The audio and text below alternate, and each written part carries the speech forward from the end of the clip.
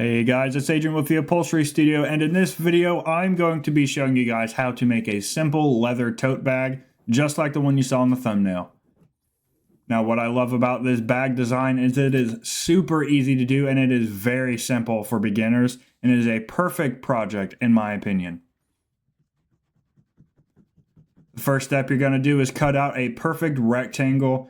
Now the size of this rectangle doesn't really matter. In this case, I am making mine 16 inches by 27 inches, and I think that is going to allow for not too big, not too small, a nice little size bag, leaning more towards the small side. One thing to keep in mind is to make this rectangle as squared and even as possible. You definitely have a little bit of wiggle room with these types of bags because they are so simple, but it does allow for an easier time sewing.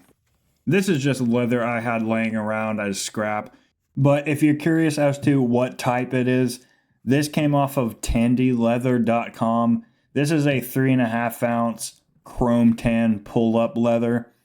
There's a bunch of different colors and there's a bunch of different brands, but if you look up chrome tanned 3.5 ounce pull-up leather, you'll get something very similar to this. And that's what I like using on a lot of these bags, because that's what gives it that old leather rustic look with all the wrinkles in it. That is the pull-up.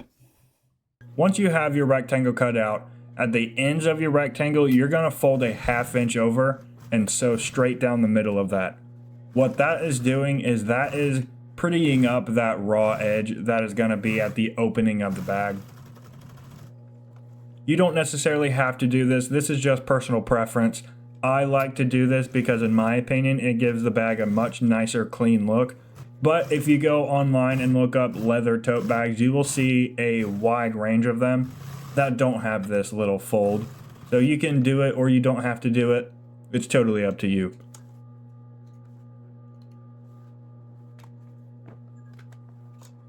Once you have those ends folded over, you're going to go ahead and sew down the sides of this bag. That is going to give you the initial shape of the bag.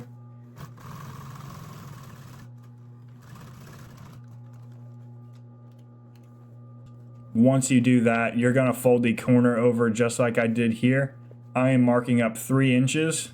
You're going to draw a perpendicular line and you're going to sew over that line you drew with the sewing machine, and that is going to give you the shape of the bag.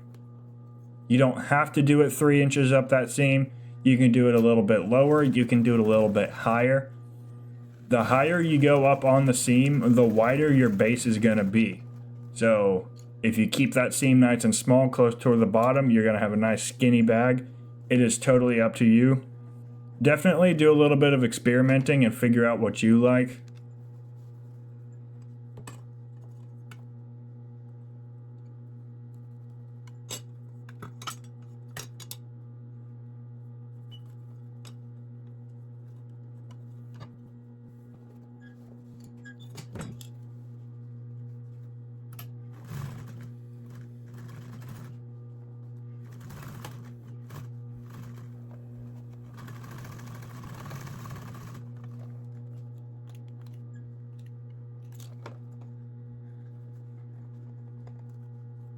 Technically speaking, your bag is completed.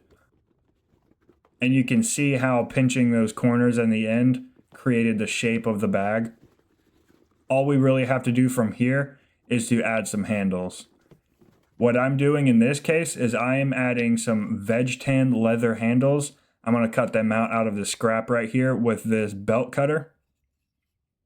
This is a super convenient tool. I actually really love this tool. It does a great job at cutting strips out.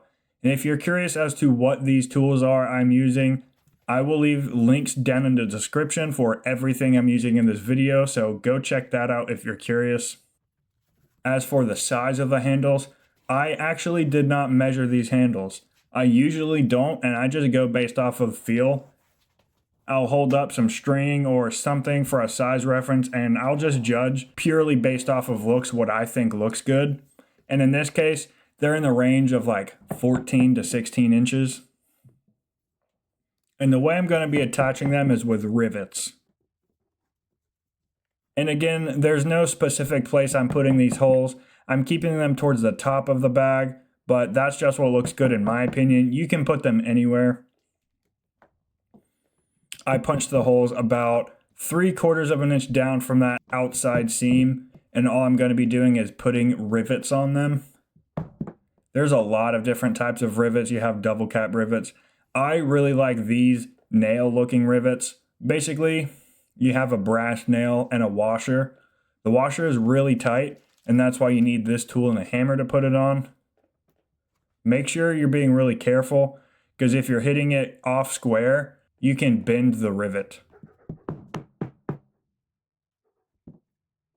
If you're still watching this video, you may as well go ahead and subscribe. Not that you have to, I don't want to pressure you into anything you don't want to do. I'm just reminding you that the subscribe button does exist, and I wouldn't be really that disappointed if you decided to hit my subscribe button. Maybe.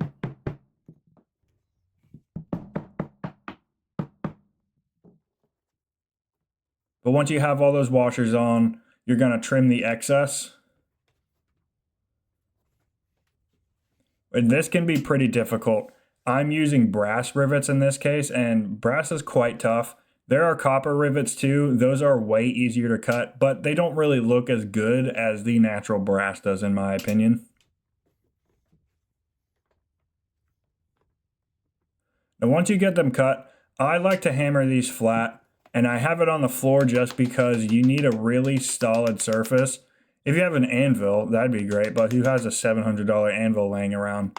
I just use a little wooden block so I don't scratch the back side of the rivet, and I just hammer them flat with a regular hammer. And it does a fantastic job of holding it in. They are super strong. And here we have the finished bag. Overall, it's not too crazy complicated. I would say this was actually pretty dang easy. Definitely let me know down in the comments if this video helped you at all, and I will see you guys in the next one.